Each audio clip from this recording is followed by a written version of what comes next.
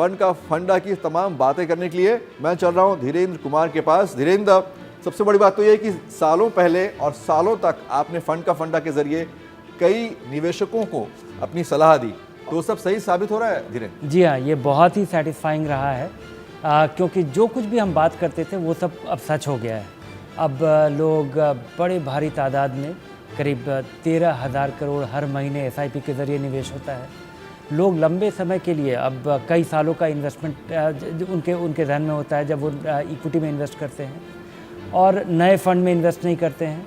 तो जिस तरह से लोगों का सोच बदला है, मुझे लगता है कि हमारा उसमें एक बड़ा मीनिंगफुल कंट्रीब्यूशन रहा है लोगों को इससे फ़ायदा उठाने में। बिल्कुल, तो तमाम सलाह आपको आगे भी मिलती रहेंगी धीरेन्द्र कुमार से फंड का फंडा में। और आज की सबसे बड़ी बात, दो बातें करनी है कि इस हफ्ते या इस अक्षय तृतीया पर आप सोने में पैसा लगाएंगे या इस साल के सबसे बड़े IPO में पैसा लगाएंगे। LIC यानी लाइफ इंश्योरेंस कॉर्पोरेशन, जो इंडिया में या हमारे देश में लाइफ इंश्योरेंस का एक पर्यायवाची बन चुका है, सिनोनिम बन चुका है, उसका IPO आ रहा है। उसके बारे में हम तमाम बातें करेंगे कि IPO में अगर आपने कभी निवेश नहीं भी किया तो क्या आप कर सकते हैं, अगर आपने शेयर बाजार में कभी निवेश नहीं किया तो क्या आप कर सकते हैं। लेकिन सबसे पहले मैं अब बढ़ रहा हूँ सोने की तरफ। तो सोने को आप कितना अच्छा समझते हैं धीरेन्द्र? सोने में लोगों का अटूट विश्वास है जी। और सोना हमारे कल्चर का पार्ट है जी। लेकिन इसको जेवर समझना चाहिए। ये आपके लिए एक कैपिटल है, एक स्टोर ऑफ वैल्यू है।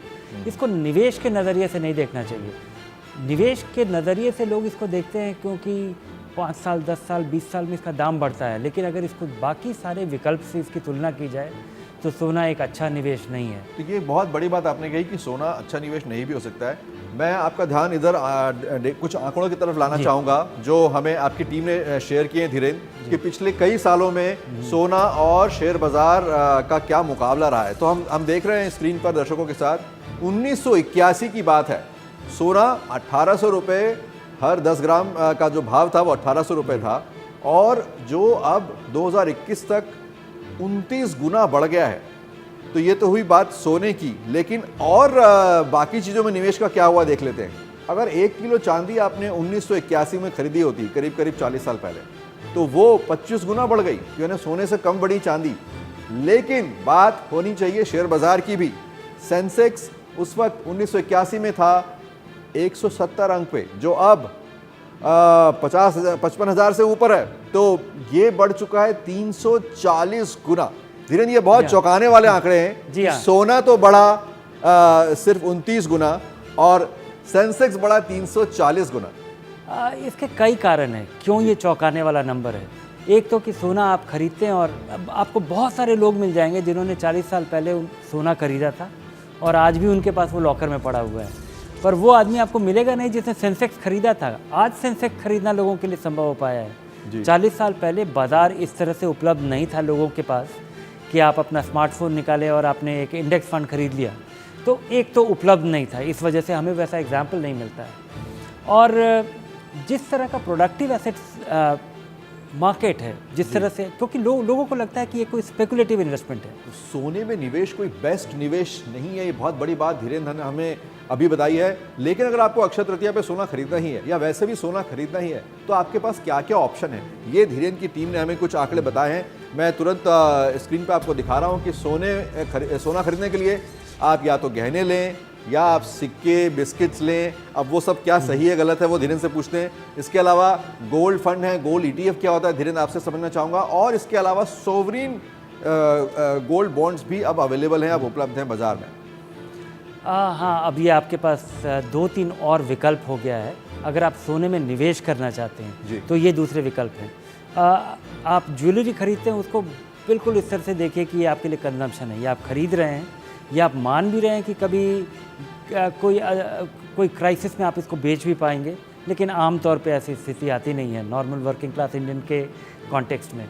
अगर इसको इन्वेस्टमेंट के नज़रिए से आप देख रहे हैं तो ये तीन आपके इंटरेस्टिंग ऑप्शंस हैं। गोल्ड ETF ये 10-15 साल पहले लोगों के लिए उपलब्ध हो गया। इसका दाम वैसे ही बढ़ता है जैसे सोने का दाम बढ़ता है। अच्छा। और इसमें वो ट्रांजैक्शन कॉस्ट नहीं होगा जब आप, क्योंकि ज्वेलरी का एक मेकिंग चार्जेस है, और जब आप सोने का ज्वेलरी खरीदते हैं और दोबारा उसको जब आप कैश में कन्वर्ट कर देंगे तो ये मेरे ख्याल में ये 15-20% का अंतर आ जाएगा। तो ये कागजी सोने की आप बात कर रहे हैं, यानी जाके मैं इंटरनेट पे अपने बैंक से ये फंड खरीद सकता हूँ और वो पैसा जाएगा, वो पैसा जब जाएगा गोल्ड में? जी हाँ, आप जब ये पैसा देते हैं तो फंड मैनेजर उससे सोना खरीद रहा है और सोना किसी लॉकर में रखा हुआ है। जब आप बेचते हैं तब भी वो सोना बेचा जाता है और तब वो पैसा आपके पास आता है। तो ये एक तरह से कागजी फॉर्म में है लेकिन उसका अंडरलाइंग सोना है। तो बहरहाल ये बात तो लेकिन तय हो गई कि ये कागजी सोना खरीद के मैं अपनी पत्नी को गिफ्ट नहीं कर सकता।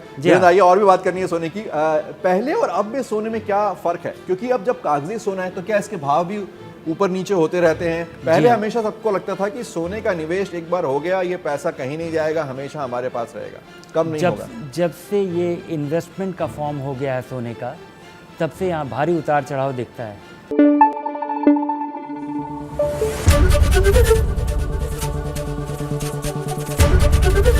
एबीपी न्यूज़ आपको रखे आगे।